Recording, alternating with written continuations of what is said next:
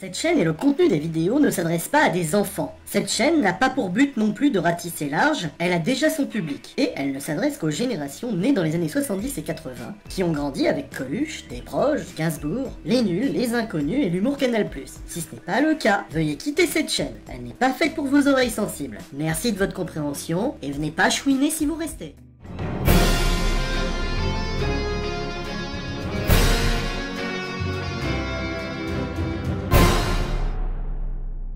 Salut mes petits farfadets, on continue l'exploration de la collection Haredi consacrée à Miss Sul, avec les albums 4 à 6 qui ont été aussi jouissifs à lire qu'une castration entre deux briques rouges. Ça fait mal aux yeux et à la tête, et ça m'a vraiment cassé les bonbons de réaliser cette vidéo. Alors je compte sur vous pour l'Espouse Blow, parce que là, j'étais à deux doigts de tout arrêter. Et sans plus tarder, on commence avec le 4e album d'Haredi, datant du 3e trimestre 1981, appelé Le Combat des Amazones, dont la couverture est absolument dégueulasse. Regardez les tronches de Miss Hulk et d'Ultima. Dégueulasse, comme ce que sert la madame à la cantine dans ton assiette tous les lundis midi. Mais s'il n'y avait que la couverture de moche. Hélas non, franchement mes petits farfadets, je vous aime pour me taper cette purge rectale, car c'est vraiment mauvais.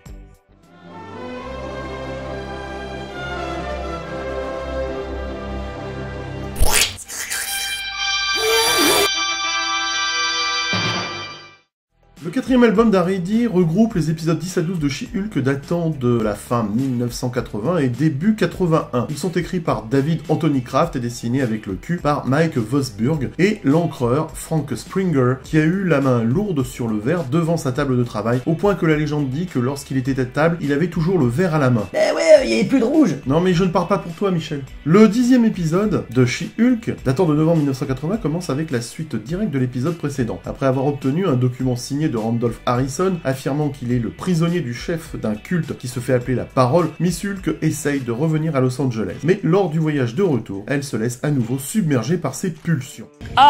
Elle parvient toutefois à s'extraire d'une altercation prolongée avec la police et rentre chez elle sans être détectée. À son réveil, Zapper lui donne des nouvelles sur le test sanguin qu'il a fait faire par le docteur Morbius, mais empressé de fournir une aide au jeune homme prisonnier du culte de la Parole, Jen veut d'abord aller déposer les requêtes pour son client. Mais la Parole, qui a oublié d'être con, veille à ce que son procès se déroule rapidement, en retardant Jen dans sa visite chez le docteur Morbius pour une hypothétique cure. Le procès ne se passe pas bien, et cela parce que la capacité de persuasion de la Parole orchestre l'audience avec efficacité. Ultima, qui je le rappelle à Tarte est la fille de la Parole, découvre de façon subrogative sans tapiner que Jennifer Walters est She-Hulk. Après une longue bagarre entre les deux Amazones qui dure des pages et des pages, Ultima termine terrassée sous une voiture. Son père accuse Miss Hulk d'en être l'unique fautive. Commodité du script, la Parole se retire de la vie publique pour prendre soin de sa fille-fille. Épuisée par la saloperie qui ronge son sang, She-Hulk s'évanouit. Elle est capturée par la police et amenée à la prison de son père. Le shérif Walters révèle que Morbius va être jugé pour meurtre et le pétulant Maurice, comme l'île du même nom, Walters, a l'intention de veiller à ce que She-Hulk obtienne la même chose. Ah oui, je vous rappelle qu'en tant que She-Hulk, Jen est toujours recherchée pour meurtre de son amie Jill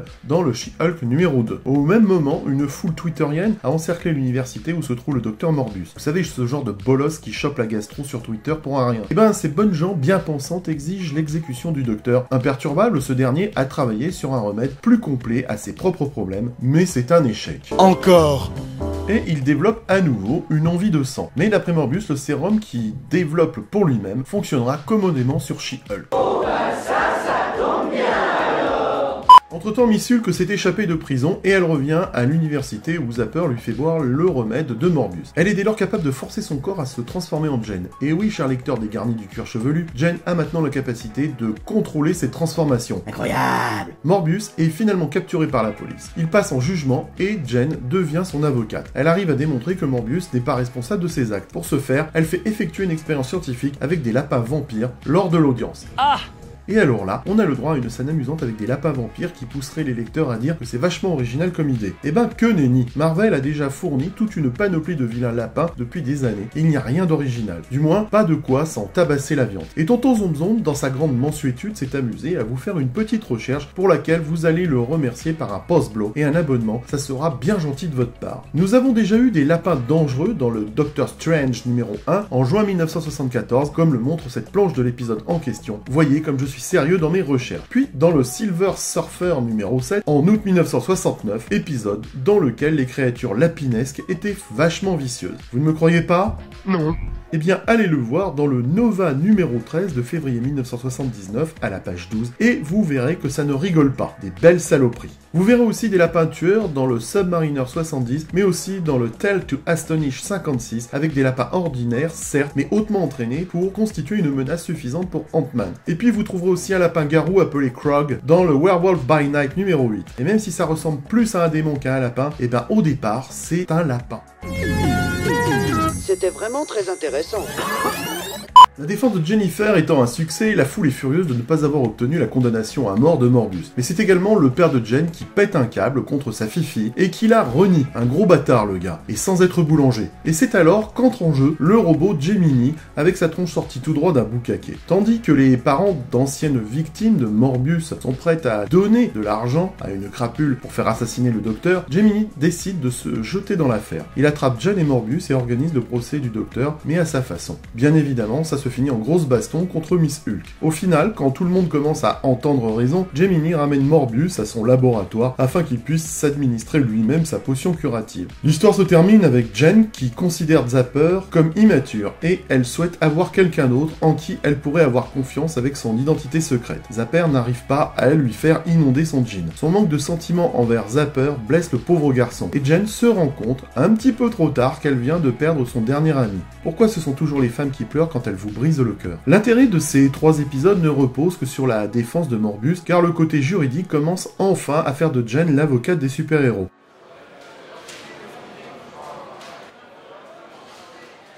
Fiona Shrek, là, vous allez arrêter de faire n'importe quoi. Vous êtes la honte du barreau, et une plaie pour le combat de Gisèle Halimi, Perrine Essonne et autres ténors de la plaidoirie. Vous êtes une piètre rhétoricienne en plus. Rhétoricienne de mes couilles, tes épisodes servent juste de prétexte aux vendeurs d'idéologie au rabais et aux distributeurs de morale nauséabonde. Je suis féministe quand même. Bon écoute cocotte, il faut que ton féminisme apporte une plus-value à la série, et pas qu'elle soit un simple discours dans l'air du temps qui mouille le slip des woke. La vache, comment il t'a bouli? C'est du patriarcat déplacé. Je peux peut-être avoir des conseils alors? Ça serait sympa. J'ai vraiment envie de servir le combat des femmes. Tu veux vraiment servir le combat des femmes? Alors arrête cette série, Fiona, et retourne tourner dans Shrek. T'étais plus rigolote à l'époque.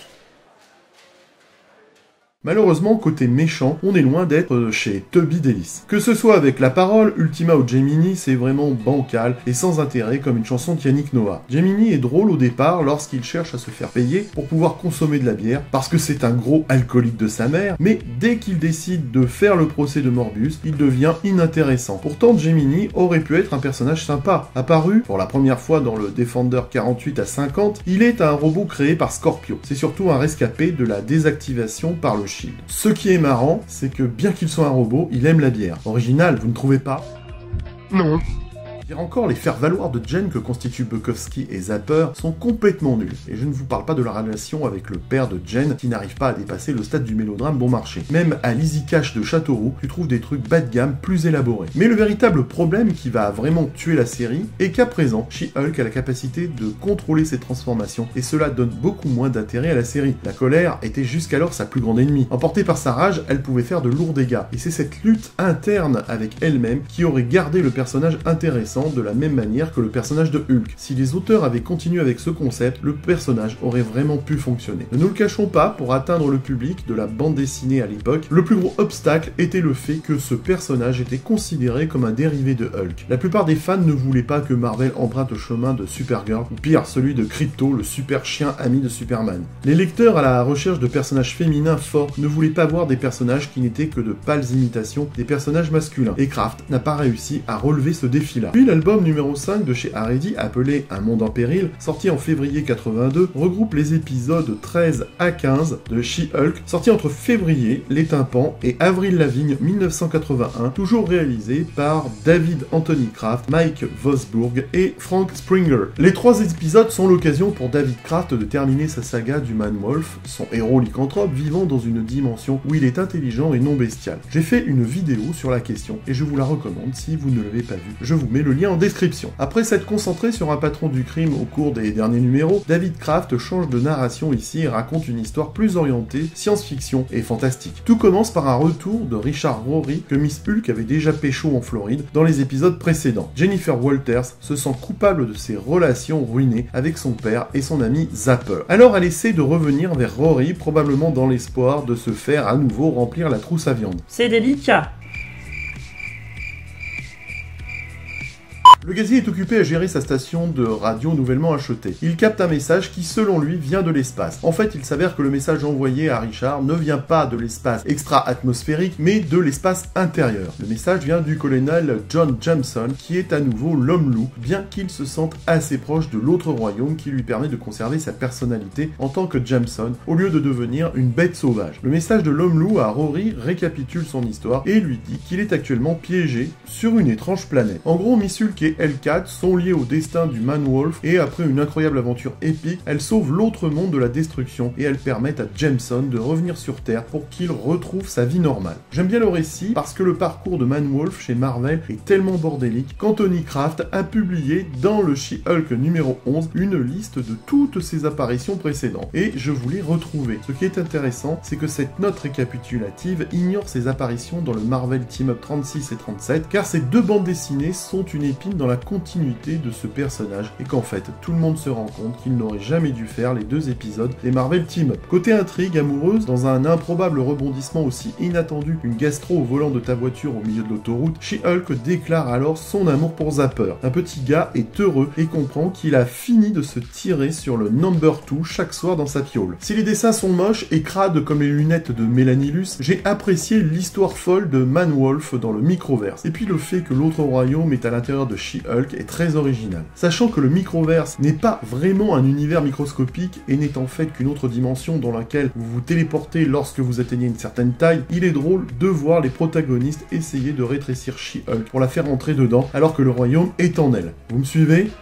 Non. Et ben c'est pas grave. Et puis il est agréable de voir le changement de narration. Avant cette histoire, She-Hulk combattait principalement des gangsters et ce n'était pas très intéressant. De même cette histoire est sauvage car Miss Hulk pète la rondelle à tous ceux qui lui prennent la tête. Elle fracasse à tour de bras les bolosses qui s'interposent, fidèle à sa devise, droite dans ta gueule, gauche dans ta face et tout ça pour une rage incontrôlée. Et c'est amusant. Le comédon, pour ne pas dire le point racisé du récit, est finalement le final. Le fait que She-Hulk soit amoureuse de Zapper sort de nulle part et ne colle plus du tout avec le personnage. Zapper est décrit et dépeint comme étant immature, trop jeune pour être un amour pour Jen. Elle n'a pas les ovaires au bord de l'explosion quand elle pense à lui. Et cela durant tout le début de la saga. Et là, hop, elle va le pécho grave en revenant de l'autre royaume, mais genre pose ta culotte, c'est moi qui pilote, il te faudra une bouée gonflable pour t'asseoir. À moins que vous ne pensiez que Jennifer Walters a toujours eu le béguin pour le jeune Zapper, et là, ça devient sale, contrairement aux fleurs, car je vous rappelle qu'elle avait l'habitude de le garder en tant que babysitter, ce qui serait plutôt effrayant, et en ferait une prédatrice sexuelle.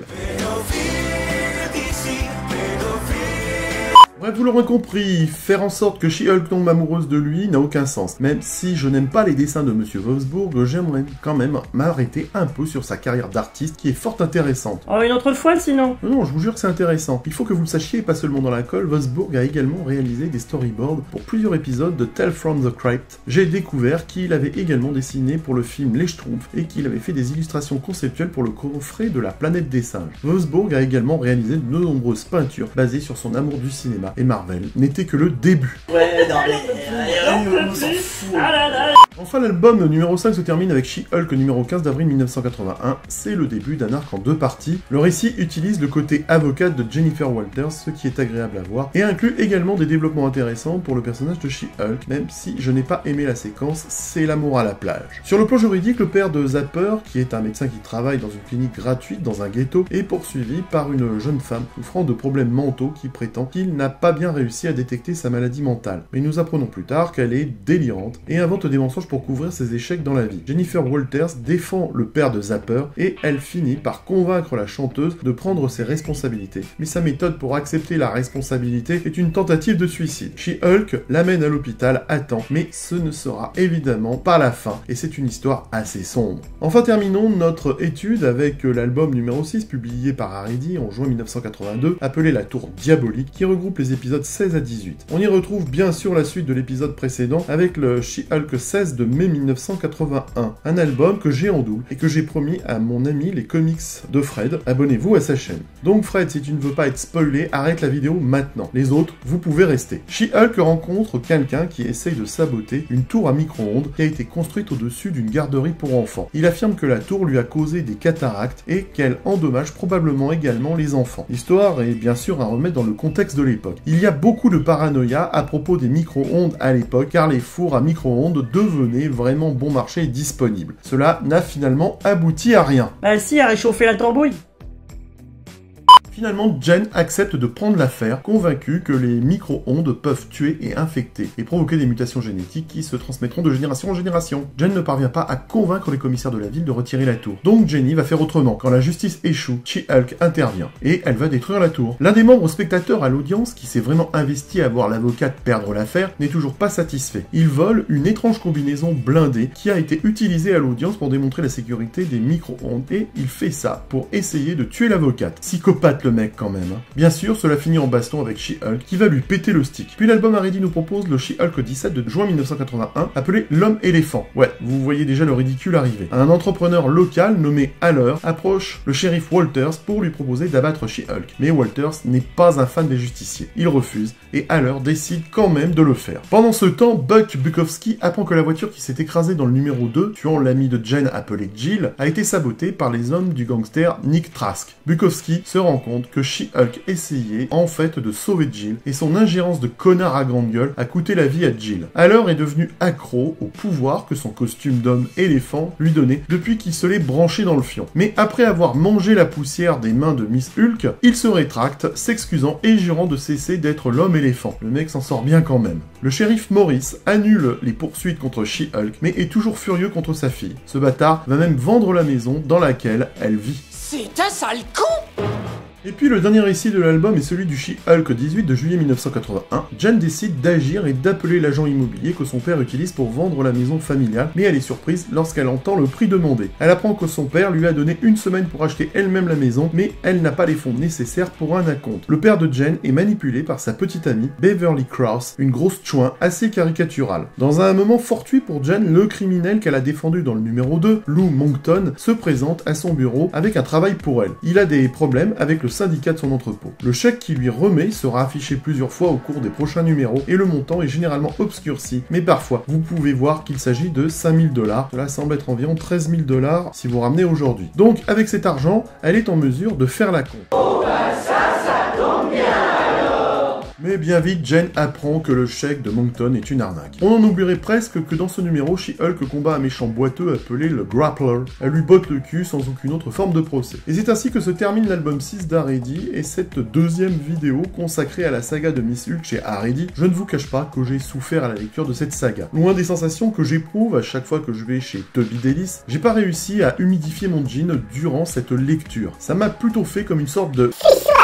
Mais j'irai au bout de la dernière vidéo consacrée à cette saga qui sortira très bientôt. J'espère que ce moment très café vous aura convaincu qu'il y a d'autres lectures à avoir que celle de Miss Hulk et que votre dévoué serviteur s'est arraché les yeux sur cette saga pour vous éviter le pire. N'oubliez donc pas de me déclarer d'utilité publique, de l'Espose Blow et de vous abonner, ça sera bien gentil. C'était Bob Zombie, l'homme qui fait brûler la chair des femmes sans jamais donner son âme. On se retrouve tout bientôt. Salut les geeks.